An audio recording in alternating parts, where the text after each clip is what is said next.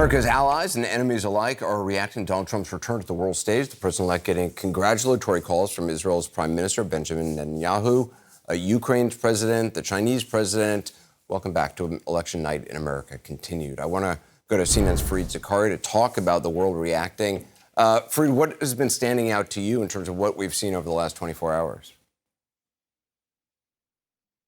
Well, it was what you could expect. Everyone is racing to congratulate Trump. But in general, when you look at the surround, I'd say Europe is depressed. The Gulf states, the rich Gulf states in the Middle East, are elated. China is anxious. India is happy, pleased. And Russia is probably rejoicing. So it's a mixture of reactions because each one is trying to gauge what this means for them.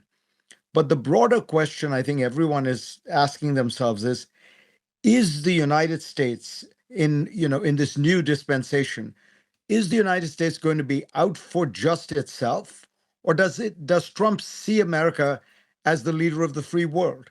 Does he see America as the force that helps create a certain kind of international order, not simply every nation narrowly pursuing its own interests, the dictators doing well when they can, other countries doing well when they can, but a world based on, a certain degree of openness, freedom, liberty, rules.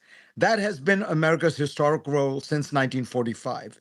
And what they're trying to get a sense of is, are we in a new era completely? Has the post 1945 American led international system finally begun to see the twilight of its existence? Trump suggested, during the campaign to Arab and Muslim American voters that he'd end Israel's war in Gaza. He's also said that Israel should, in his words, finish the job. He obviously has a closer relationship with Netanyahu than Joe Biden did, or perhaps a friendlier relationship. Do you think Netanyahu gets a blank check from Trump? I think Netanyahu gets a blank check from Trump on things like Gaza. I don't think Trump particularly cares about, he's not going to bring up the kinds of issues that Joe Biden was bringing up in terms of the level of damage and of the buildings, and do you have to go after certain areas? Are you providing enough humanitarian assistance? That doesn't feel like Trump's style. In fact, he said several times Israel just has to finish the job. It's worth pointing out that half of Israel disagrees with Trump on that issue. There's a very clear, perhaps 50% of Israel that wants a ceasefire, is not happy with Netanyahu's and his prosecution of the war.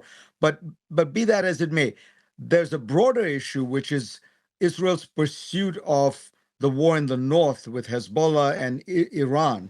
And I think there, the Trump administration will be supportive. And frankly, Israel has reestablished a kind of deterrence in the north there against Iran, against Hezbollah, and showed them to be much weaker than they are.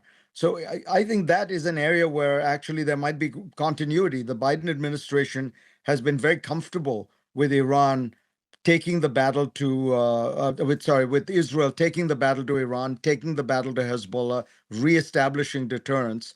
And I think the Trump administration was likely to continue that. Trump has also said he'd end the war in Ukraine within 24 hours. You pair that with, either, I don't know if it's admiration for, he has expressed admiration for Vladimir Putin. What do you think that means for Ukraine? Again, I think it gets back to the issue that we began the conversation with. Yes, there's a possibility for a deal in Ukraine. The war cannot and should not go on forever. But does Trump view this as being a kind of broker between two equal parties of equal value, and he's just trying to cut a deal? He's sort of the real estate broker trying to make it happen. Or does he see himself on the side of the free world, on the side of the rule-based international order, trying to make sure that Russia's complete and flagrant violation of those rules, its naked aggression, is not rewarded. Now, that doesn't mean that Russia will not be able to hold on to some of the territory it has. There's a reality there that you can't get around. But perhaps it then means that you have to provide Ukraine with security guarantees, like NATO membership. And maybe there's a deal to be had if the Ukrainians can be convinced that they will be secure in the future from further Russian aggression. Maybe they can accept that they've lost 18% of their territory to Russia.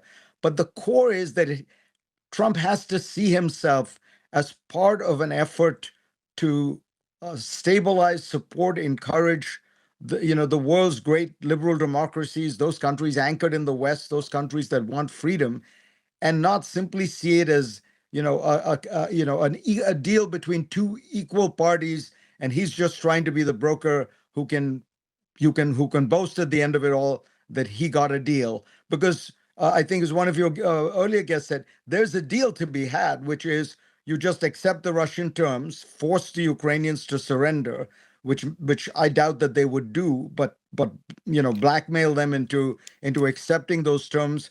That's not peace. That's surrender. Fareed Zakaria, I appreciate your time tonight. Thank you so much.